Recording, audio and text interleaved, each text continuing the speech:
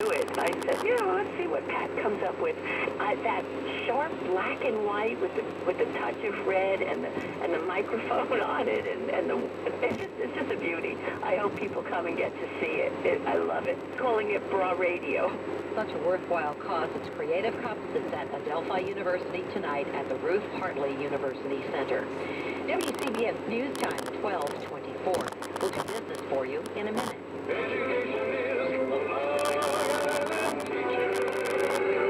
As a teacher on Long Island, I make sure that my students understand they must do what's right, not what's popular. It seems some of our state leaders need to learn this lesson too.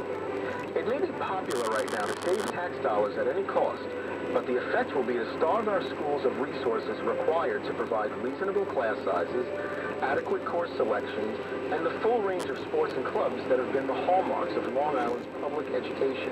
The right thing to do is to invest in our children's futures. Next year, something else may be the popular thing to do, but having the very best schools will still be right. Call the governor and your legislators and tell them to do the right thing by adequately funding New York's public schools and public colleges. Education is the Long Island teacher.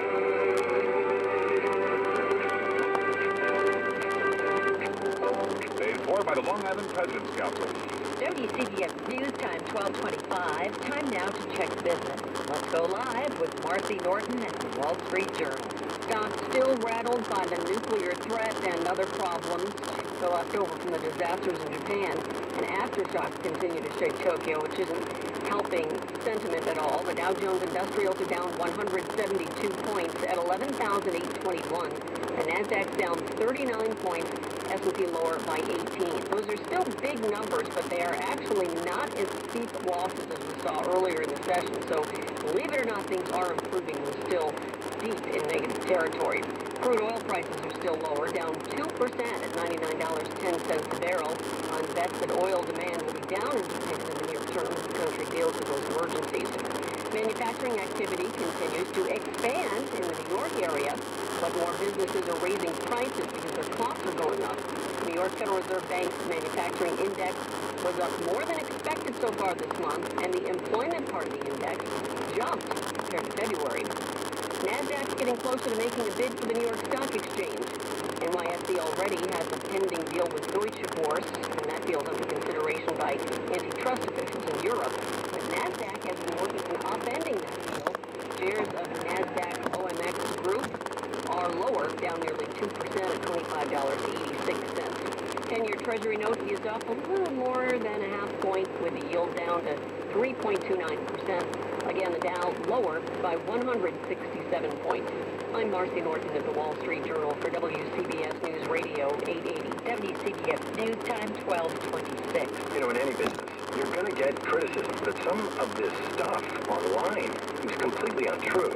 So I talked to a lawyer, but he couldn't help. He said the internet was like the Wild West, full of people with itchy trigger fingers. So I said, if it's the Wild West, there must be some guy in a white hat. When the internet turns against your business, you don't need some guy in a white hat. You need Reputation Defender from Reputation.com. Reputation Defender is fast and effective justice for false and malicious internet content that damages your search results and your bottom line. Winner of the 2011 World Economic Forum Technology Award, Reputation.com is the recognized leader in online reputation management. Visit Reputation.com or call 800-548-9009. 800-548-9009. Call now. We'll add our reputation alert and monitoring service absolutely free. 800-548-9009. Don't wait to start setting the record straight about your business online. WCBS News Time 12:27. A political operative charged with bilking Mayor Bloomberg out of more than $1 million has lost a bid to have the case thrown out. John Haggerty allegedly got Bloomberg to give $1.1 million to the State Independence Party for a poll-watching effort during his 2009 re-election campaign. Prosecutors say that Haggerty actually used the money to buy a house and to pay personal expenses. WCBS News Time 12:28. Traffic and weather together on the 8th. Start Chris Magin. Well, the Cross Bronx Expressway moving well past the area of Rosedale Avenue, but you start hitting a wall of traffic as you get closer toward Jerome Avenue. It is bumper to bumper onto the outbound GW Bridge, but the construction work we had on the upper level Jersey bound has actually been cleared, so all lanes are open, but it's even gotten heavier, just bumper to bumper across the Alexander Hamilton Bridge. Inbound GW Bridge, that looks good. Lincoln and the Holland tunnels are fine. And as we check out New Jersey, an overturned truck in Wayne, westbound 80 at exit 53, that ramp to northbound 23 partially blocked off as a result. And in Patterson, Route 20 closed both ways between Fairlawn Avenue and Broadway, just waiting for the floodwaters to recede there. Westchester County looking good on the 287 east and westbound. Sawmill northbound at Eastview and Hawthorne, left lane blocked for emergency repairs. And also on the Connecticut Turnpike, we're looking good through Fairfield County.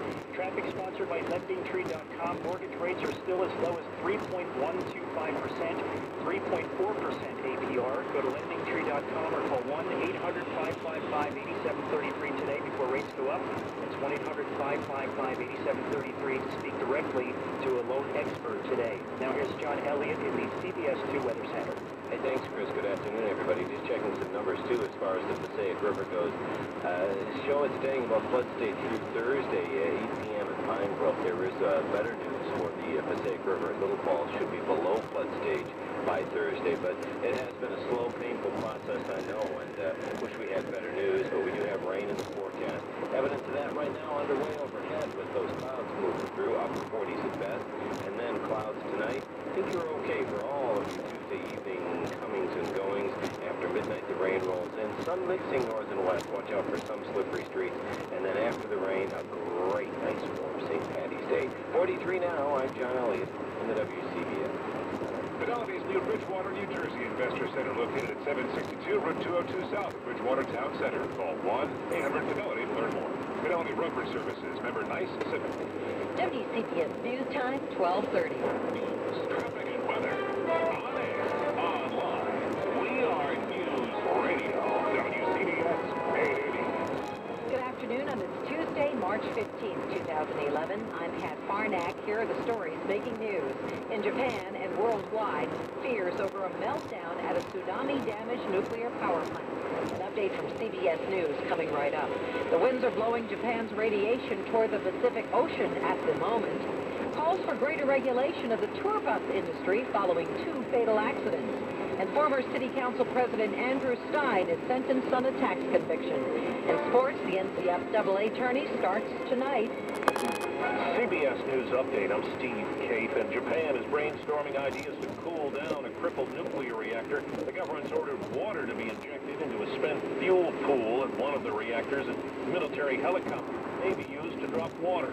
Nuclear expert Cham Dallas. Currently, the radiation is blowing out over the Pacific Ocean and away from the densely populated areas in Japan. There is radiation reaching Tokyo, for instance, but at very low levels. In the northeast Japan tsunami zone, CBS's Harry Smith says there's devastation everywhere he looks. It looks apocalyptic. Cars overturned everywhere. Homes and businesses uprooted, damaged, set on their sides, are completely washed away.